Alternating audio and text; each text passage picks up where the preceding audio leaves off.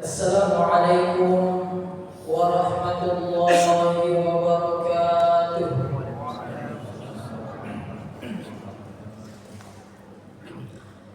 Alhamdulillah, alhamdulillahilladzi manna 'alaina bi ni'matil iman wal islam.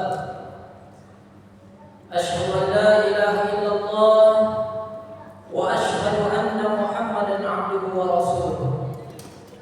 Allahumma salli ala sayyidina Muhammadin wa ala alihi wa sahbihi wa man tabi'ahu bi ihsan ila yaumiddin, amma ba'd.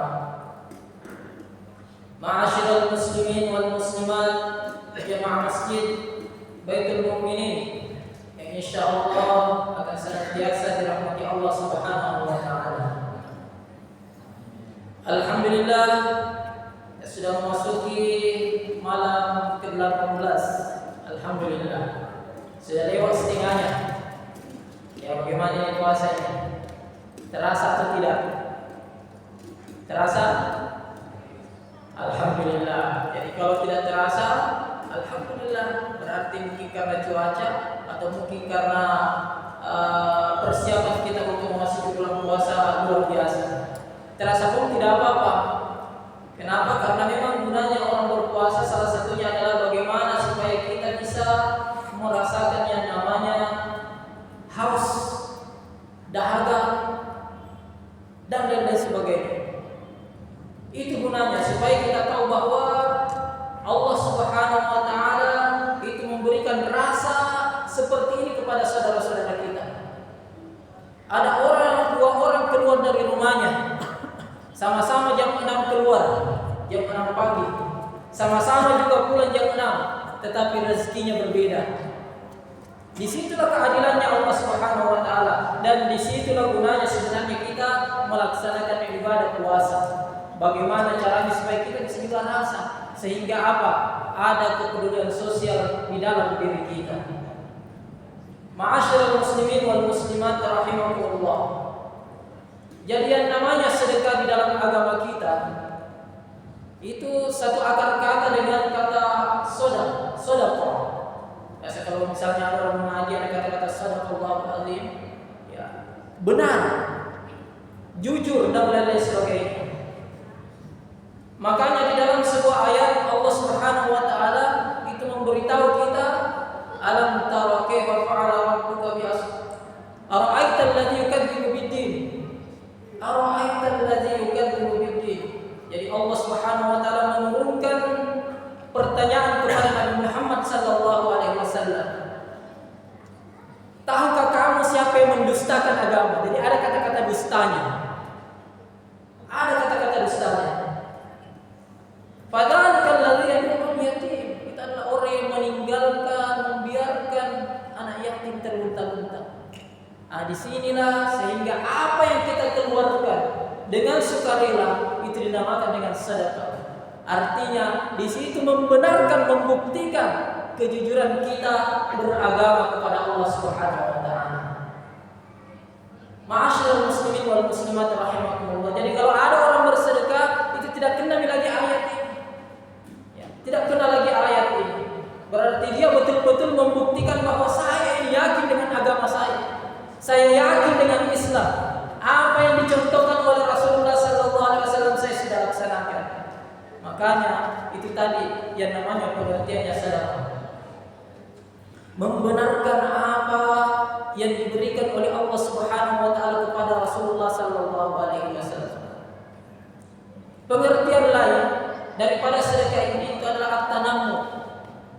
Apa itu at-tanammu? At-tanammu artinya bertumbuh. Ya, biasa kalau misalnya ya, secara kasat mata kita lihat, kalau ada uang 1 juta dikasih keluar 10.000, kurang atau bertambah? Berkurang kan? Tidak cukup lagi 1 juta, menjadi 990.000. Ada uang 10 juta dikurangi 1 juta, tidak cukup lagi 10 juta, berarti berkurang. Kenapa? Justru di dalam agama kita mengeluarkan sesuatu, baik itu zakat, baik itu sedekah, dinamakan at-tanammu, bertumbuh, bertambah. Kenapa bisa seperti itu? Andri bin Tawahab menjawab pertanyaan. Beliau memberikan analog, memberikan contoh. Coba lihat, kalau ada pohon mangga di depan rumah Anda, atau ada pohon rambutan di depan rumah Anda, coba potong itu dahannya. Coba kita potong dahannya. Tunggu beberapa saat, satu dahan itu akan bercabang menjadi 2, menjadi 3. Ibu-ibu ada bunga-bunganya di rumah. Coba kita gunting itu satu dahannya. Tidak lama kemudian kita akan bertumbuh menjadi 1, 2, 3 dan lain sebagainya. Kata Andre Gurutta, itulah yang disebut dengan at-tanammu, bertambah. Dan begitulah sebenarnya yang dikatakan sebagai sedekah. Kapan kita mengeluarkan 1 juta uang tadi kasih keluar 10.000, hakikatnya itu at-tanammu, bertambah. Wallahu alam bagaimana caranya Allah Subhanahu wa taala menambahkannya. Kemungkinan dari kesehatan kita, kemungkinan keluarga kita yang bahagia, anak-anak kita yang mendengarkan, sukses semua anak-anak. Ataukah misalnya nikmat terbesar yang Allah berikan kepada kita seperti nikmat iman. Coba beda sekarang ini, seperti keadaan sekarang ini, dingin-dingin begini, apa yang enak? Kalau sudah dibuka, kalau dingin-dingin begini, paling enak kalau kita tinggal di rumah, di atas kasur yang empuk, sambil main-main HP. Tetapi kita tinggalkan semua itu. Kenapa? Karena ada iman di dalam hati. Mungkin saja itu melalui karena ada sedekah yang sudah kita kasih keluar. At-tanammu, Allah memberikan nikmat yang berbeda kepada kita. Ma'asyiral muslimin wal muslimat rahimakumullah. Kemudian Andre Gurutta, saya ingat sekali ini ceramahnya Andre Gurutta Wahab ini almarhum. Ya, beliau mengatakan bahwa tidak ada di dunia ini, coba lihat, tidak ada di dunia ini itu yang sempurna kalau tidak dikasih hilang sedikit. Coba lihat, sekarang ini di Hertasni itu tidak tahu berapa puluh itu penjual durian. Kalau ada orang yang mau makan durian, nah makan semua, biar kulitnya kira-kira bagaimana? Tidak akan sempurna itu enaknya. Ya. Ada buah naga, kita makan dengan apa? Dengan kulitnya, pasti tidak enak. Beli permen, kasih makan dan kulitnya pasti tidak enak. Kata Andre Gurutta, itu tidak sempurna dinikmati sesuatu kalau dikasih hilang sedikit. Beli kain di sentral, kita pergi ke tukang jahit, kita tanya tukang jahit, pokoknya tidak ada boleh ada kain hilang ini, semuanya harus dijahit. Wah pusing pasti tukang jahit, bagaimana caranya? Nah mau dibikin baju ini, pasti ada dikasih hilang baru sempurna, baru bagus. Bahkan katanya Andre Gurutta ya, beliau menganalogikan, kita saja laki-laki perempuan nanti sempurna keislamannya kalau dikasih hilang sedikit. Pasti sedikit dikasih hilang semua sedikit. Makanya Andre Gurutta, yang namanya kesempurnaan at-tanammu itu kalau misalnya sudah dikasih hilang sedikit, begitu juga dengan harta kita. Makanya ini penting untuk adanya senantiasa kita tahu bahwa di dalam harta kita ada hak-hak orang tertentu. Allah Subhanahu wa taala yang kasih hak, betul kita bekerja. Siang malam kita bekerja, kita pakai tenaga, kita pakai pikiran, tetapi dalam Al-Qur'an wa fi amwalihim haqqul lis-sa'ili wal mahrum. Di dalam harta-harta kita, harta-harta orang beriman itu ada haknya orang yang meminta-minta dan orang yang tidak meminta-minta yang membutuhkan. Ma'asyiral muslimin wal muslimat rahimakumullah. Ya. Kalau misalnya sudah seperti ini, ya, seperti tadi itu at-tanammu, salah satu contohnya itu adalah bagaimana sahabat Rasulullah sallallahu alaihi wasallam yang bernama Abdurrahman bin Auf. Abdurrahman bin Auf ini suatu ketika beliau mengeluarkan hartanya yang banyak karena memang orang kaya.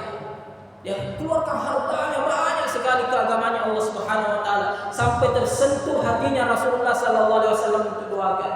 Didoakanlah oleh Rasulullah sallallahu alaihi wasallam, ya Allah, berkahilah sedekah pemberian Abdurrahman bin Auf ini dunia akhirat, dan berkahilah hartanya yang masih tinggal untuk keluarganya yang diwariskan untuk keluarganya. Gara-gara doanya ini Nabi Muhammad sallallahu alaihi wasallam itu para sahabat mengatakan seandainya Abdurrahman bin Auf itu jalan-jalan saja nabukai batu pasti dapat uang emas dinar. Saking barakahnya doa Nabi Muhammad sallallahu alaihi wasallam. Sampai suatu ketika Rasulullah sallallahu alaihi wasallam itu di tengah-tengah para sahabatnya, mungkin seperti ini suasananya, itu menyampaikan bahwa Rasulullah berdoa, Allahumma ahyini miskinan Ya Allah, hidupkanlah saya sebagai orang miskin. Gitu. Wa amitni miskinan, dan matikan saya sebagai orang miskin. Wahsyurni ma'a zumaratil masakin yaumal qiyamah, dan kumpulkan saya bersama orang-orang miskin nanti di hari kemudian. Saking cintanya Abdurrahman bin Auf kepada Rasulullah sallallahu alaihi wasallam, itu pusing gara-gara ini doanya Nabi minta. Kenapa? Karena dia mau selalu sama-sama Nabi minta. Masa di dunia saja saya sama-sama Nabi minta, nanti tidak, saya ini orang kaya banyak harta. Nah ini doanya Nabi minta, ini mau dikumpulkan bersama orang miskin. Dia cari cara bagaimana caranya supaya dia menjadi miskin. Bayangkan kalau kita ini biasa cari baca-baca, cari kiat-kiat supaya jadi orang kaya. Ini terbalik dosen ini. Cari cara bagaimana supaya jadi orang yang sederhana, ya, orang yang tidak terlalu kaya. Alhasil suatu ketika ada satu masa panen di Madinah. Itu semua kebun kurma yang lain itu tidak jadi, busuk semua hasilnya, buahnya, hampir semua.